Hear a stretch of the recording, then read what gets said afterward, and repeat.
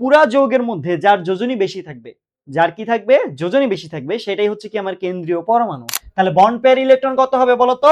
5 গুণন 2 মানে 10। ঠিক আছে, এইটা যদি শিখতে পারো ইনশাল্লাহ খুব তাড়াতাড়ি কয়েক সেকেন্ডের মধ্যেই তুমি কিন্তু মুক্তজোর ইলেকট্রন সংখ্যা বের করা শিখতে পারবা। PCl5 যৌগে মুক্তজোর ইলেকট্রন কতটি? 10, 15, 5 নাকি 3টি?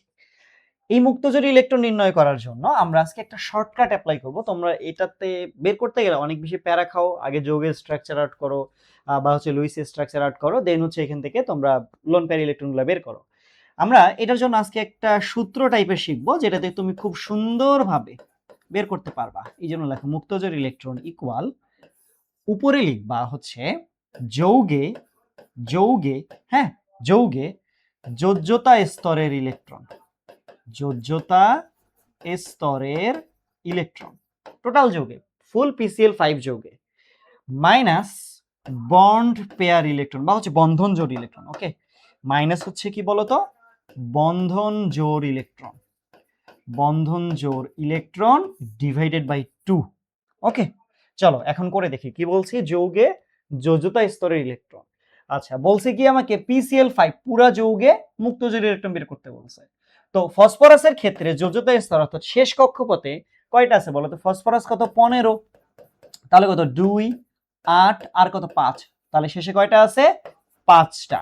প্লাস ক্লোরিনের ক্ষেত্রে 17, তাহলে কত আছে বলো তো? 2, 8, 7, তাহলে শেষে কয়টা আছে? 7টা। এখন মৌল কয়টা আছে? 5টা, তাহলে 5 সাথে কত? 35, তাহলে 5 প্লাস কত? 35, মাইনাস বন্ধন জোড় ইলেকট্রন। বন্ধন জোড় ইলেকট্রন তুমি কিভাবে বের করতে পারো? দেখো, বন্ড পেয়ার ইলেকট্রনের ক্ষেত্রে মাথায় রাখবা যে তোমার কেন্দ্রীয় পরমাণুর সক্রিয় যোজনী গুণন 2।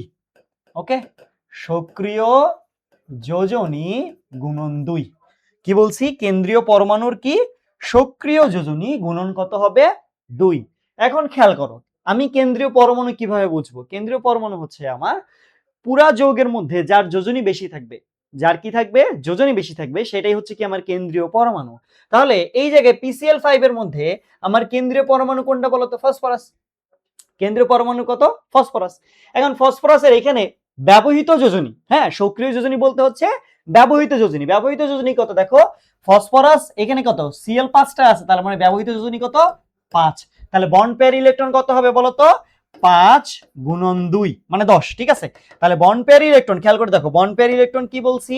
বন্ড পেয়ার ইলেকট্রন বা বন্ধন জোড় ইলেকট্রন কেন্দ্রীয় পরমাণুর সক্রিয় যোজনী গুণন কত? 2।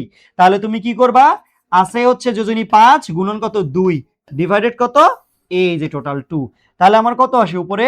5 আর 35 কত? 40 মাইনাস কত? 10 ডিভাইড কত? 10, তাহলে আসে হচ্ছে 30 ভাগ 2 ইকুয়াল কত? 15টি। ঠিক আছে, ইকুয়াল কত? 15টি। তাহলে আমার অ্যান্সার কত বলো তো? 15টি। তাহলে আমি কি বলছি? মুক্ত জোড় ইলেকট্রন কতটি? 15টি। কি ইলেকট্রন? মুক্ত জোড়।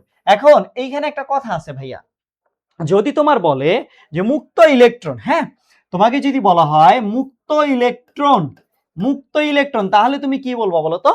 মুক্ত ইলেকট্রন তাহলে তুমি কি বলবো বলো? এখানে কিন্তু 15টি আসছে না, এটা কিন্তু জোড়া হিসেবে চলে আসছে। হ্যাঁ, মুক্ত জোড়া এখানে কিন্তু জোড়া হিসেবে কাউন্ট হয়ে গেছে। তাহলে যদি তোমাকে বলা হয় ভাইয়া যে মুক্ত ইলেকট্রন কতটি, তাহলে তুমি বলবা 30টি। হ্যাঁ, দ্বিগুণ করে দিবা। অথবা যদি বলে, অথবা হচ্ছে তুমি বলবা 15 জোড়া। ঠিক আছে, এটা কখন? যখন হচ্ছে তুমি বলবা মুক্ত ইলেকট্রন, মুক্ত ইলেকট্রন, মুক্ত শুধু আসবে। আর যদি মুক্ত জোড় অলরেডি জোড়া কথাটা উল্লেখ থাকে, অলরেডি কি থাকে? জোড়া কথাটা উল্লেখ থাকে, তখন কত আসবে? জাস্ট 15টি। ঠিক আছে, এটা হচ্ছে আমাদের কি অ্যান্সার। তুমি খুব সহজেই এইটা যদি শিখতে পারো, তুমি হ্যাঁ লুইস স্ট্রাকচার দিয়ে করতে পারো, এটা তো ফাস্ট করতে পারো, বাট এইটা যদি শিখতে পারো ইনশাল্লাহ খুব তাড়াতাড়ি কয়েক সেকেন্ডের মধ্যেই তুমি কিন্তু মুক্ত জোড় ইলেকট্রন সংখ্যা বের করা শিখতে পারবা।